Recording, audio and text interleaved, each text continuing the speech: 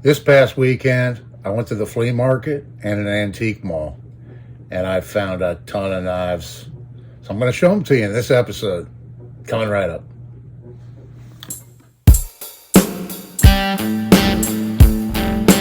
Hello, everybody, and thanks for joining me in the shop today. This is Dave, and I've got a great episode coming up for you. I hope you enjoy it. I went to a flea market and then an antique mall over the weekend, and I scored. I hit the mother load of pocket knives and things, and there's a few other odds and ends. But before I get into it, I'm sorry I can't remember your name, but there was a gentleman asking me in one of my more recent videos that I did on this knife right here, and where I made these two pins right here. And he asked me how I spun the heads on them. And so I'm going to show you, and it's super easy. So I've got a ton of easy outs. I've got a whole drawer full of easy outs, all different sizes. And what I did years ago, I took a couple of them, and then I just used a carbide burr cutter like this in my Dremel. And I hollowed them out. And that's what I used. I chucked these up in the drill. You can actually use these kind of as a setter too, if you wanted. And then I chuck it up in the drill, and in some cases, I believe I did it like on this pin right here. If you can see how shiny it is and stuff. I just put a little bit of buffing compound down in here, and that polishes it.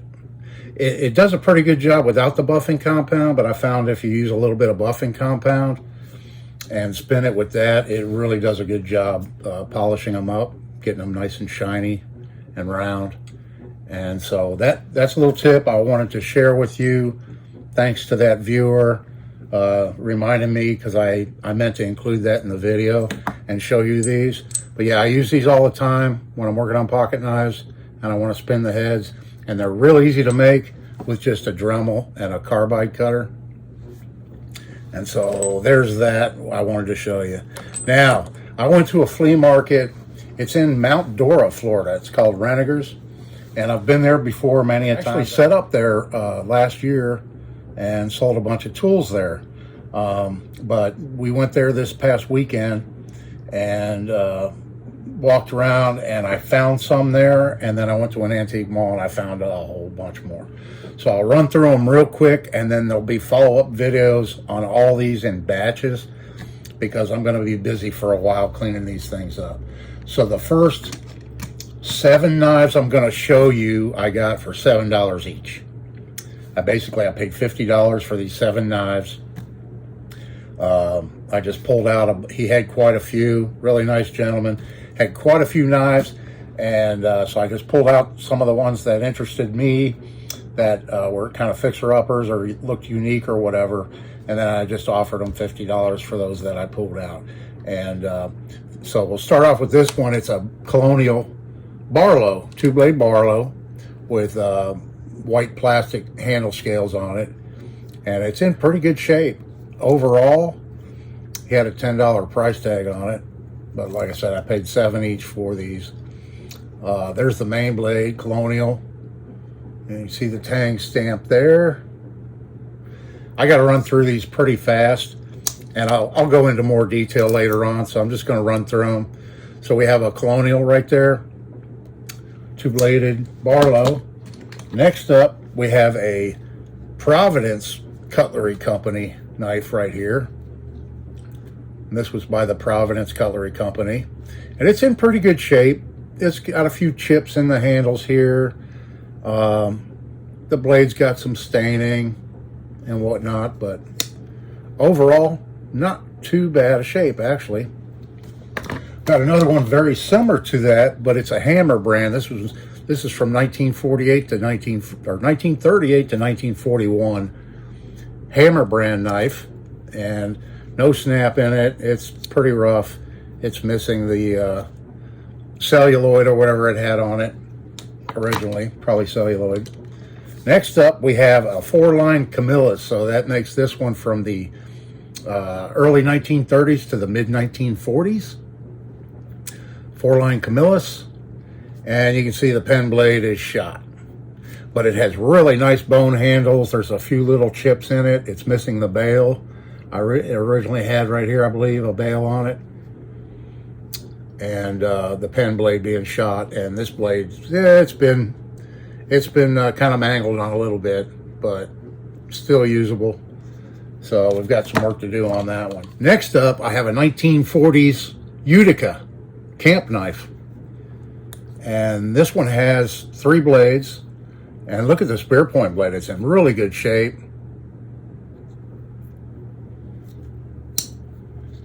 And then it has the can opener blade, or carving blade / can opener, I guess you'd say.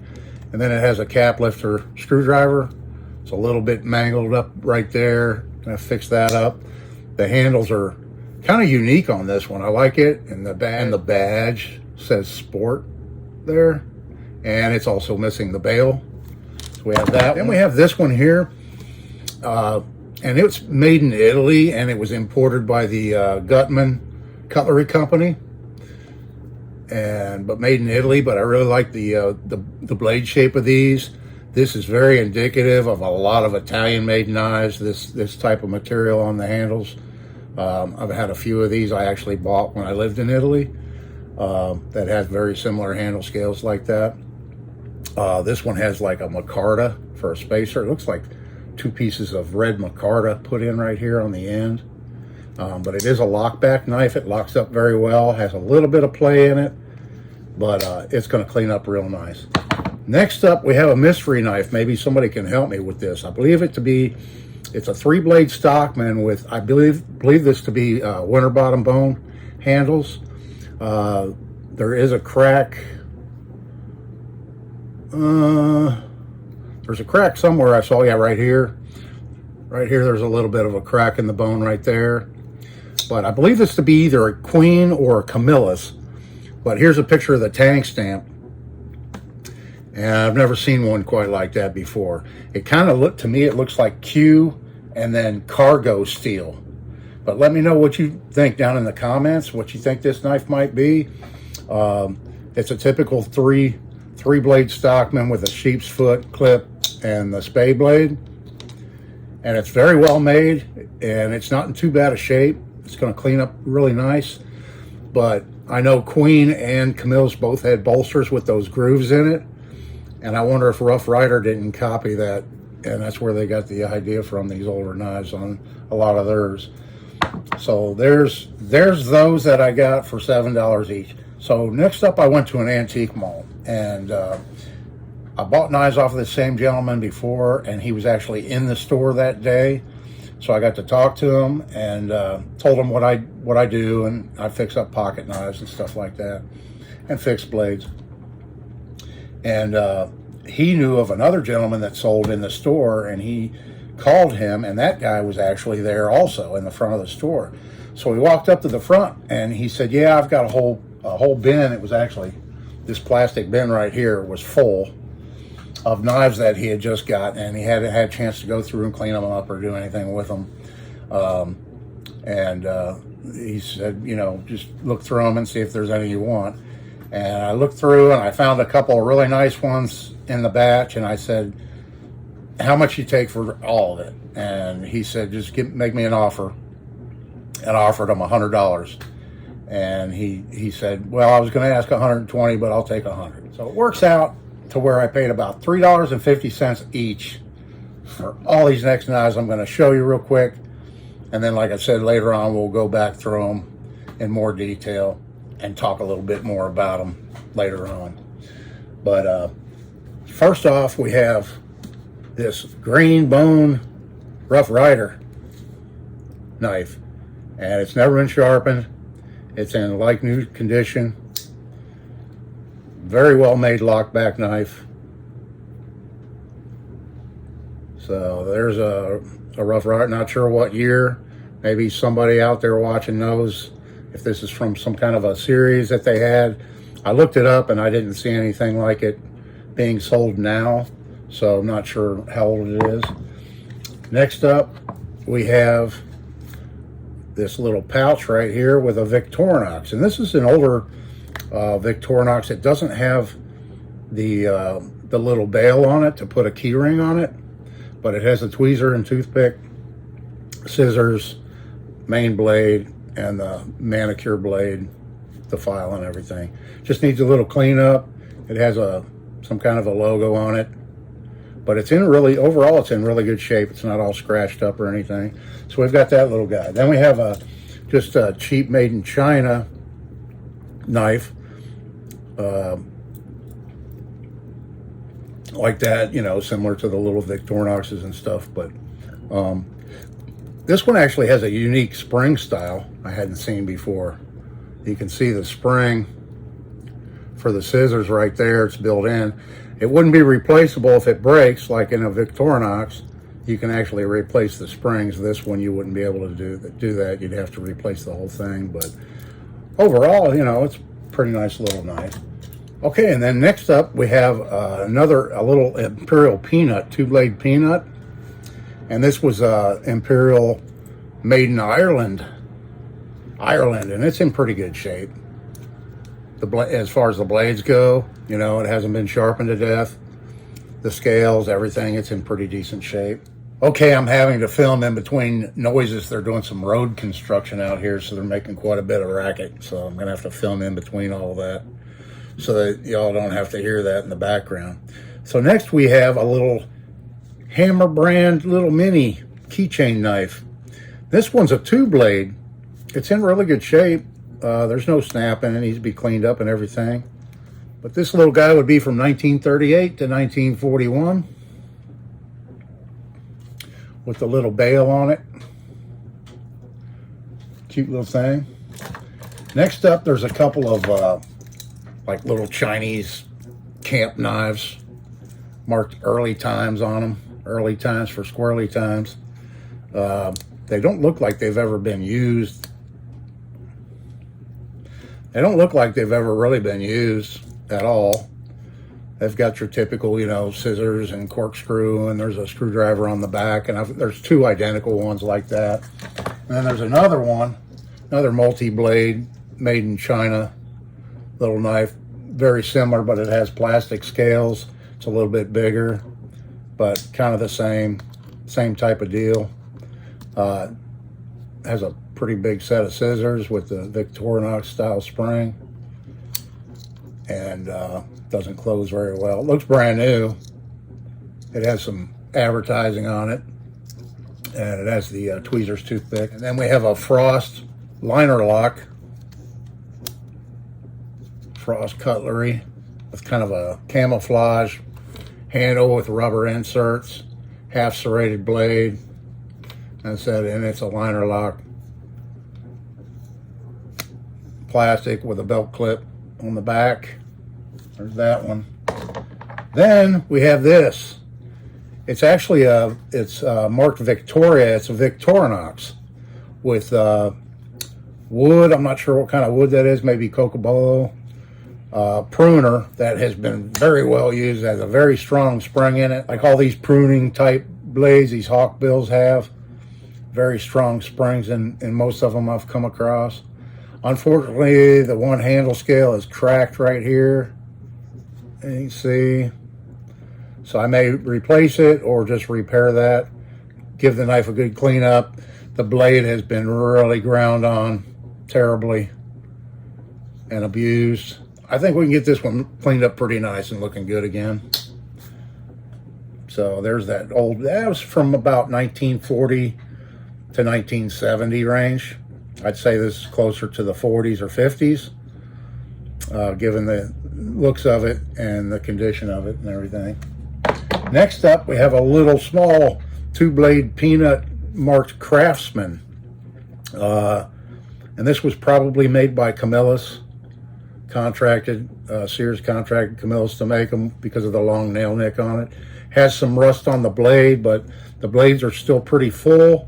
The pen blade, and it has nickel bolsters. You can tell it has a little green corrosion on them and stuff, but no deep pitting in the springs or anything like that. Just some rust there, so that'll clean up really nice and fairly easy.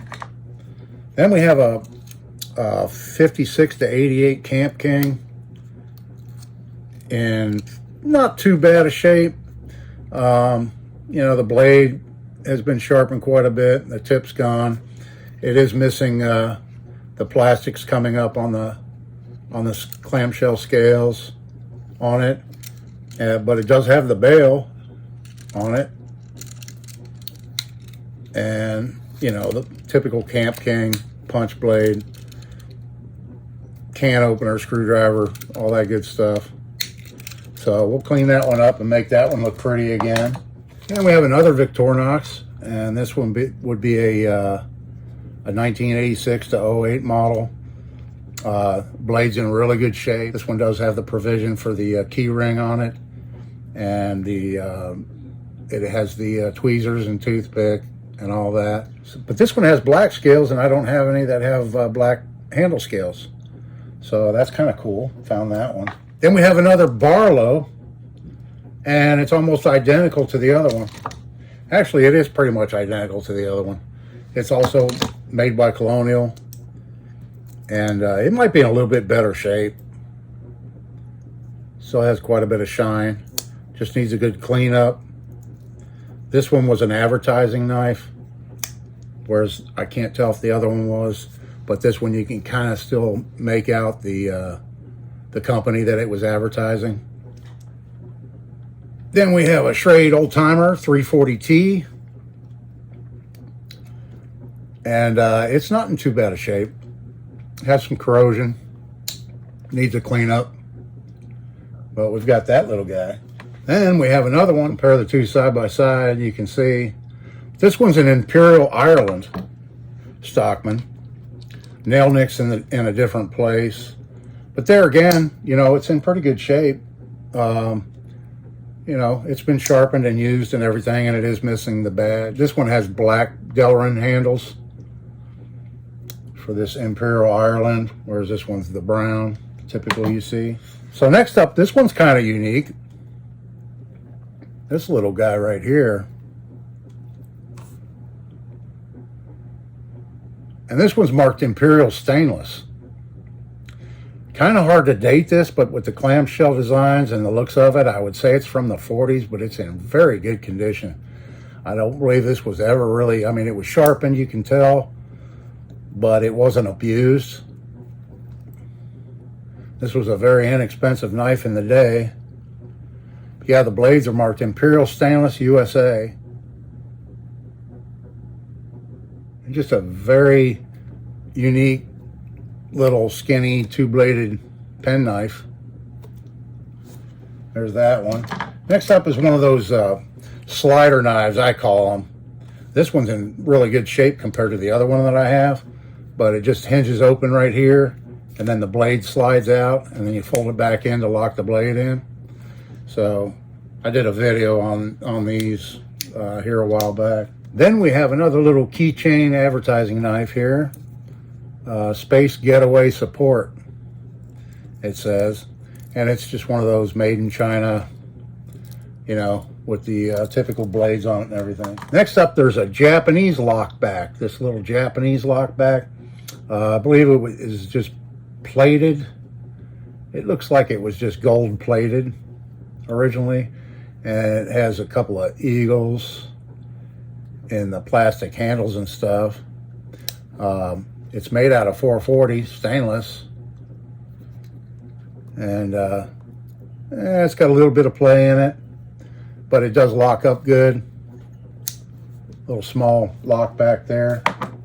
And we have a little mini keychain knife. I had one just like this when I was a kid that my grandfather gave me, but this one's in really good shape.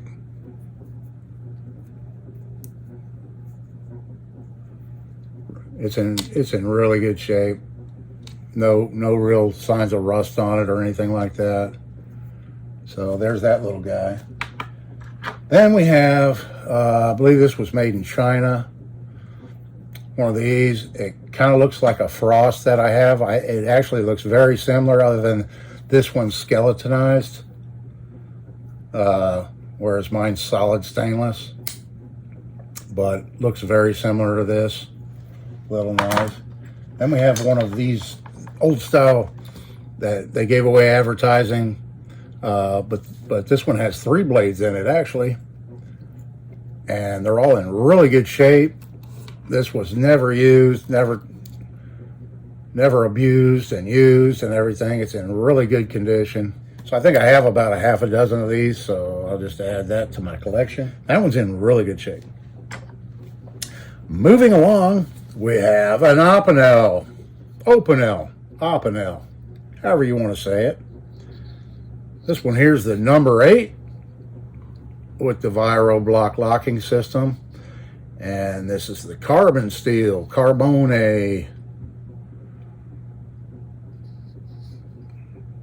steel number 8, the most popular size of an Opinel is the number 8. And this one here, it's locked up. So it's going to need a little work. It won't twist to lock it. But we'll get that fixed up. Next up, we have another one of these little guys here. This is a 45 to 55 Hammer brand little mini keychain knife. This is a single blade, unlike that other one was a 2 blade. This one only has 1 blade, but it's also a Hammer brand. And this one's a Hopalong Cassidy. It has Hopalong Cassidy on it. There he is on his horse. So yeah, this one will clean up pretty nice. We'll get that one fixed up too. All right, next up we have, for $3.50, a Case Slimline Trapper. Well, it was $3.50 because that's what it worked out to all of them. But this one is bad. It's in really, really poor shape. This blade here, yeah, I could probably fix that up a little bit and get that to where it'll cut stuff again. But it has tons of corrosion. The badge is nice, and the bolsters, and that's about it on this knife. The scales, it's missing a piece of the red bone right here. And very, very difficult to read the tang stamp, but I can make out USA on it. So this is a 1965 to 1969 case. And I looked it up in my book here, and I marked the page. And so here it is. It's the 62048. And right here is the knife. And so, and then here's a picture of what it would look like in good shape, or what it used to look like right here. Yeah, so it's, unfortunately, you know, if I had a blade laying around, not much I could do about the bone other than, you know, try to either put a piece in there or just make an entire new bone handle for this side. This side's cracked. But if nothing else, it'll be a good parts knife if I come across another Case Slimline Trapper that has good blades in it or whatever, you know. Next up, we've got this guy right here. It's a Schrade Walden 906. And I guess you call this, like, it's kind of a copy of a Victorinox. The main blade has, I don't know, they chewed it up trying to pry on it. It's all boogered up right there. And then the other blade, the same thing. It actually retains its full length, but the end has all been chipped out and everything on it.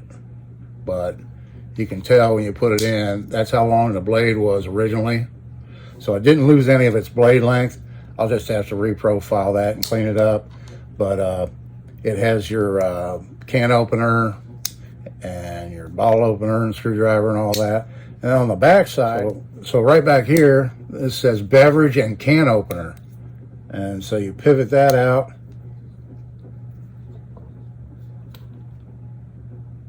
And you've got your church key. And it has like steel liners in there that are a little bit rusty. And then it also has a pretty nice Phillips head. Signs of it being used, but they're not in too bad a shape.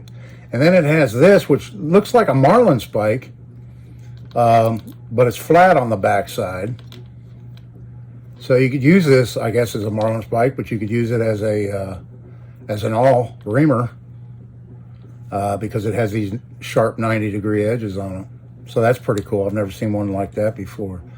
And then it has a badge on it here. The badge says Interlake Steamship Company, Safety Award 1955. So this knife is from 1955. So that's pretty cool that it has that badge, and I'm able to accurately date this knife. So it was probably made in 54 or 55. And other than having some scratches in the red plastic scales, it's going to clean up very, very nice. We'll get those blades fixed up, and it'll be a good looking knife again for $3.50 basically. And then I have one more knife to show you, but I also, in the bin, there was this little lighter. It's a Ronson, made in Japan, and it's actually a butane lighter, refillable butane, and you can replace the flint in it and stuff, and it's in really good shape. I mean, it still has all its original plating on it and everything, and it says Ronson Japan on the bottom, and it closes up nice. That's a nice little lighter there. That was included in the deal. And then a little ratchet, a little 1/4-inch ratchet right here. This is an older one. It's J.W. Chapman Manufacturing Company in Durham, Connecticut, USA. It's marked. And yeah, still functions perfectly fine. I have another one of these. It's the Z-Lite, or however you pronounce it, Z-Lite brand, that I use quite a bit. Probably. So I'm going to show you one more thing I got, and then the last knife, and that's this guy right here. It's a Daisy Model 95, and this is the wide body, and it's complete other than the forearm's cracked right here. This part's plastic, and then it has the wood stock. That's how they came out of the factory. This one here, I believe, is a 1975, but I'll have to look into that further. But I believe that's what year it is. The stock bolt here has been replaced. It's got, I think, a crack in it here. Yeah, there's like a crack in the buttstock here and stuff. It is complete, and it does cock and function, but it's not building too much pressure. So I'm gonna have to strip this thing entirely down, refinish it, get all the internals working on it and everything, and get it back. But I picked it up for 10 bucks. The guy had 5 daisies there. He had 4, I think all the other 4 were Red Riders, and he had 20 each on those and 10 on this one. This was the only one that really looked like it needed a lot of work, so that's why I got it. So I picked that up. And then in that bin for $3.50 was this knife right here. And I love it. This, out of the whole batch, this is my favorite knife. Not just because of what it is, but just because I love the style of these old jackknives like this. It's a 2-blade jackknife. And for the age of this thing, it has really been taken care of. I mean, it does have so it has ebony handles, and it does have one little crack right here on that side. The badge is in excellent shape. The steel bolster is not all beat up or anything. The springs are in decent shape. This is an Excelsior, and this knife is from 1884 to 1905. So the youngest this knife could be is 1905. So that makes it, what, 120 years old? So the tank stamp says Excelsior Knife Company, and it's stamped on both blades, but it's not the arched Excelsior. If it's arched Excelsior, it's from 1880 to 1884, because that's the only years Excelsior was in business. Then they were bought out by the Northfield Cutlery Company, And Northfield continued to use their stamps, but they changed it. They didn't use that curved one that Excelsior originally used. And that's what I found from my research anyway. And I believe they used that tank stamp up until 1905. That's at Excelsior Knife Company. So that's how I can date this one. But this one's in very, very good shape as it is. I'm not going to do anything to change the patina on the blades or anything. I'm just going to preserve them, get that little bit of rust it has on it off, get it cleaned out down inside, get the rust out from down in the wells and all that, and give it a good buff and polish and get some wax on it to preserve it, and it's going to be a very, very nice pocket knife. So anyway, that's the initial video for showing you all these knives I found. Next up, I've got some plans for some other videos coming up soon, so I may switch back and forth a little bit. So I'm going to fix these knives up in batches, so make sure you come on back for that, and we'll see how some of these knives turn out. We'll get them all cleaned up and functioning again. I've got my work cut out for me, but it's going to be fun. I'm looking forward to it, and I'm looking forward to restoring this Daisy too. So if you're interested in stuff like that, I'll be including that in a video and show you how I do all that. So I hope you enjoyed today's episode, and there's plenty more to come on these knives. So like, share, subscribe. Come on back for the next one. I really do appreciate it. I hope everybody's having a great day. This is Dave. See you in the next one.